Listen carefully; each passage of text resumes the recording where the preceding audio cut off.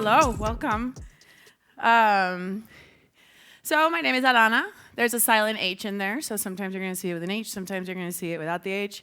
When I moved to the United States, I didn't like being called Halana, and so I was like, screw that, I'm just going to drop the H. I have been in production and producing things really since I was a child, but professionally, for the last 15 years, I've had a production company, and yeah, I'm Puerto Rican, born and raised, but I went to, no, that's not me, sorry, I saw the clicker. And I moved to Silicon Valley. I started working for a video game company doing their animations, and then started working on their videos, their documentaries, and kept going, got recruited at Google, worked at Google for 5 years, and worked on everything from tutorial videos to commercials that you saw on the Super Bowl. So it was very, very mixed there. At Google, I learned how to tell a story better than I ever did before. I was already a good storyteller. My parents are good storytellers. I'm Latina, so it just comes with the blood, I guess. And but while I was there, I really learned how to take a really, really complicated subject and make it so that people can understand the material. And so that was really life-defining for me because I never wanted to dumb down material because I don't think that the people that I'm speaking with are dumb. They're just not extremely technical on a particular matter. And so I feel like that was one of the big differences between me and some of my colleagues. And I think that any time that I did that successfully, where I respected the viewer, and I created something not to dumb it down for them, but to make it simple and digestible and relatable, and again, not thinking that they were dumb, every time that I did that well, we had good stats, and it was a successful video. So the pandemic happens, it's 2020, and suddenly we're supposed to stay at home. Suddenly we're supposed to comply with absolutely everything that comes our way. And I thought that was fucking crazy. And what was crazier was that everybody around me was like fine with it. So I felt like I was in the frickin' like an episode of The Twilight Zone. And I am married, have 3 incredible children. And I just kind of felt that I needed to do something about the state of the world. I couldn't just let them kind of be brought up in a world of compliance. And so I decided to move back to Puerto Rico, leave California behind, and we moved back in 2021, so I've been back home for the last 4 years. And when I got to Puerto Rico, suddenly the vaccine passport started becoming a thing. And I was on my last few months at Google. I had quit, but I was continuing to work remotely until I finished a couple of projects. But then suddenly I got sucked up into the situation of the vaccine passports in Puerto Rico. Again, I just cannot sit on my hands. God made me a little different. And I then became part of the production of the resistance. And we were doing things like this. And I just felt like if I keep working on the things that are wrong, then I'm going to keep chasing things forever. So I'm going to stick closer to kind of fixing one thing that could then kind of fix these other things that are a consequence of a bad monetary system. And so I decided to just start explaining what Bitcoin was. And it was awesome. So I started talking in Puerto Rico about what it is. People in Puerto Rico still think crypto is Bitcoin, or Bitcoin is crypto, and all cryptos are the same. And so that was kind of when I became a maxi, was in 2021, because I was like, no, but do whatever you want. You put your money wherever you want. Yeah, I don't want to tell you what to do. And then they would lose it, or something would happen, and I would see some new crypto coin, like Coqui coin in Puerto Rico, and I'd be like, well, I'm going to give them the benefit of the doubt because maybe it's a good technology, maybe it's good. And then boom, everybody gets rug pulled, and now I'm a toxic maxi in many ways. But it's mostly because I don't like people losing their freaking money.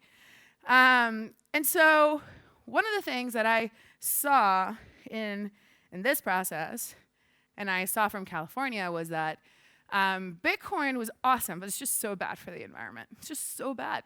And I'm like, why is it bad? And it was interesting because nobody really had a really good answer other than, well, it uses a lot of electricity. And I'm like, well, every industry uses a lot of electricity. So you tell me, since you're an electricity expert, how much electricity does the video game industry take up, or the canning industry, or the drug industry, or many other industries? And nobody ever really knew. They only really knew the talking points that mainstream media was giving them. And this is something that really, for me, I really wanted to convey that energy use is not a bad thing. Energy use is actually linked to GDP.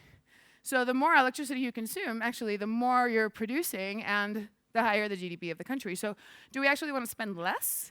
Or do we want to consume less electricity? Or do we want to consume more of it? We want to do it more efficiently.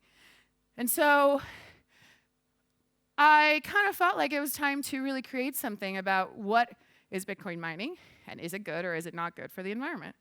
And took my company Campo Libre, decided to fire all my clients, all 3 of them, and only work on my own project. And so for 3 years, I produced Dirty Coin. I started in 21. I finished in 23. And in 24, I went to Bitcoin mines in 4 different continents, and I wanted to see for myself if it was actually good, because the podcasts say one thing, but is that really the case? I wanted to see it for myself. I wanted to see the impacts, the downstream impacts, the unintended consequences, the intended consequences, everything. And so I met some really incredible people, and as you can see, that's Finland, Texas, Malawi, and Paraguay. So all 4 continents are right there, but we visited more countries in each continent. That container that you see behind Jaakko in Finland consumes as much electricity as 750 homes.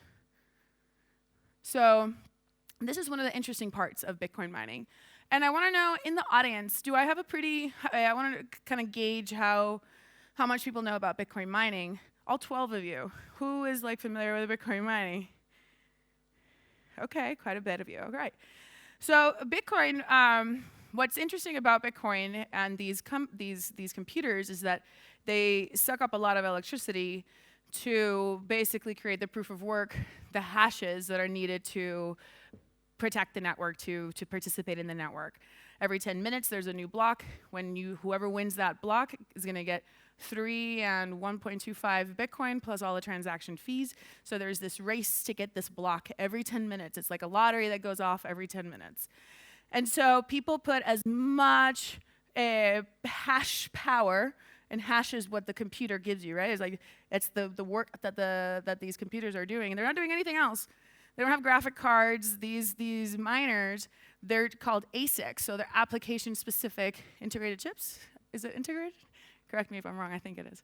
But basically, it just means that it just does one thing over and over and over again. And the more that it can do, the better, right? If you're going to participate in a lottery, you want to have as many lottery tickets as you can. And so people will go to places with cheap electricity, put a container down, and one container can consume as much as 750 modern American homes. Thousands of homes in Africa, for example. But what's interesting is that the footprint is much smaller. So you can go to,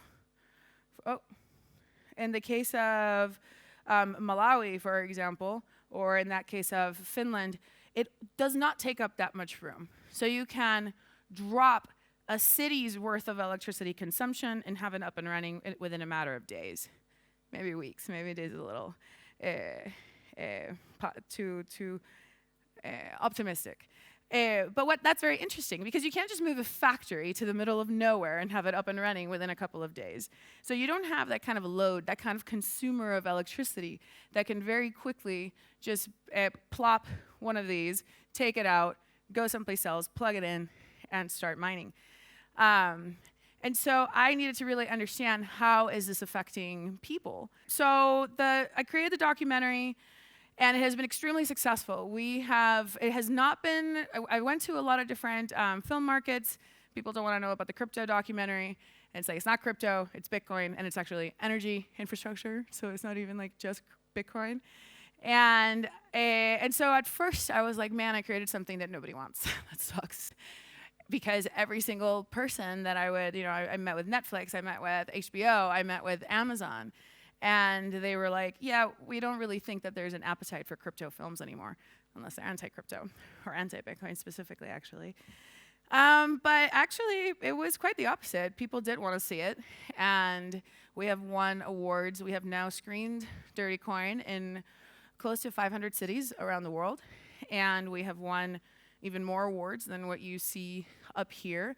And everybody is it just blows their mind how Bitcoin consuming electricity can actually change the dynamics in a lot of different places. Like, for example, in these use cases, we have Finland, they are repurposing the heat. When you use that much electricity, it has to go somewhere. So it goes into the computer, it does the computation, and then it just comes out as heat. And so if you're not using the heat, it's a problem. You're like, how do I get rid of the heat from this place? In the case of Finland, they're immersion-cooled mines.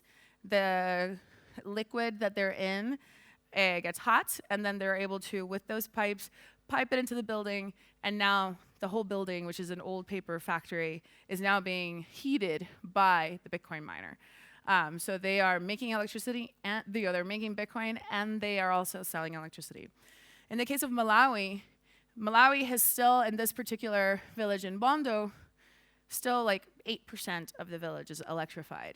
And so one of the issues with places like Africa is like, well, why are the Bitcoin miners going to come and use up their electricity? Well, the thing is that they don't need it yet. They still don't have transmission lines or meters or refrigerators or anything to electrify in the case of the other 92%. And even the 8%, they've had to slowly buy appliances so that they can actually, you don't just put electricity in. You need to have things that consume the electricity. So they have to then, change. And so it becomes a chicken before the egg scenario, which is what occurs a lot in Africa, which is, okay, well, we need to then do the capital expenditure to put a hydro facility, which is what they have. They have 3 plants cascading down the river. So it's clean, green, sovereign energy. It's their own. And they're able to then consume as much as being wasted. So the river is going to roar as much as the river is going to roar, whether or not that electricity gets used. And so most of the time, most of the electricity is actually wasted, and then they're not making any money off that. And so by a Bitcoin miner coming in and using that electricity, paying for that electricity, now the owner of the hydro facility goes from doing a charity job, to actually making money. And it turns out that people, like making money, and it means that he can then now produce more plants because there's an economic incentive to do so. And in the case of the people that I interviewed in Malawi, which were gritless, they are working with these smaller energy producers to do just that. And what's interesting about these machines, do I have a picture? I do. Let me go here. This one. They're kind of like Lego pieces. So one of these consumes like a ton of electricity, right? And so you can decide how much electricity you want to consume. And so you can, build it up, build it down, move it to a different spot. And so it's been really interesting to see the effects of that. And now if we go back to Texas, which is on the bottom left, now Texas has more energy than it knows what to do with. But at the same time, they don't have the capital for transmission lines. So all the way out in West Texas, there's a ton of energy. There's oil, there's wind, there's sun, there's everything you can think of. Well, not everything. But they don't necessarily have anybody to consume it, and it costs a lot of money to transmit that electricity. And so, like to a different part. So it just sits there and it gets wasted. And because of the whole green energy movement, there's a lot of wasted energy out there because in the United States at least, there were financial incentives to put up green energy and then sell the carbon credits that you produce by producing this green energy. But it didn't even matter if somebody was consuming the electricity. So you could be out in the middle of the desert, put up a bunch of solar panels. It's just there doing nothing other than generating carbon credits for the person that put it there. And so there's all of these abandoned, well, not abandoned, but they were almost abandoned facilities with gigawatts of electricity that nobody was utilizing. And so Bitcoin miners were like, wait a second, I know what to do. I know what to do with that. And so Texas started that way. And then the government tried to stop them because they're like, we're the only ones that can print money, not you guys. But then they started integrating and actually working on balancing the grid. And they've been doing this now for, I want to say 4 years, 3 or 4 years. And so Texas is, instead of the government continuing to fight Bitcoin miners, they saw it as an opportunity to basically build out their system. And so, and the issue with what's occurring now, I don't know if you guys are familiar with the duck curve, and I wish I would have put it in the slide, but the way that electricity consumption usually looks, it looks like this. So during the day, in the morning, there's more consumption. People are getting ready for work. They're showering. The water heater is on. And then they leave for work or school, and there's not as much consumption, and then there's consumption again when people come home. But now when people come home, they're not just like turning on the TV and a light. Now they're also plugging in their Tesla, right? And so what's occurring is, instead of it being a duck curve, it's actually more like a peak and a valley. And what happens is the grid still needs to produce electricity for the grid, for the top consumption. And so anytime it goes down, then it still needs to be ready for the consumption, even though it's not being utilized. And the way that Bitcoin miners are coming in is they're basically consuming they're soaking up those valleys, and then they turn off when electricity prices go up, which is when people come back home. But also, they're a flexible load, so under Texas law, if they're told that they need to shut off, they have to. And they actually get paid to turn off, so they don't have a problem with that. And then in the case of Paraguay, very similar story. Paraguay is a landlocked country. Paraguay is here on the bottom right. Paraguay is a landlocked country, and landlocked countries, Malawi is too.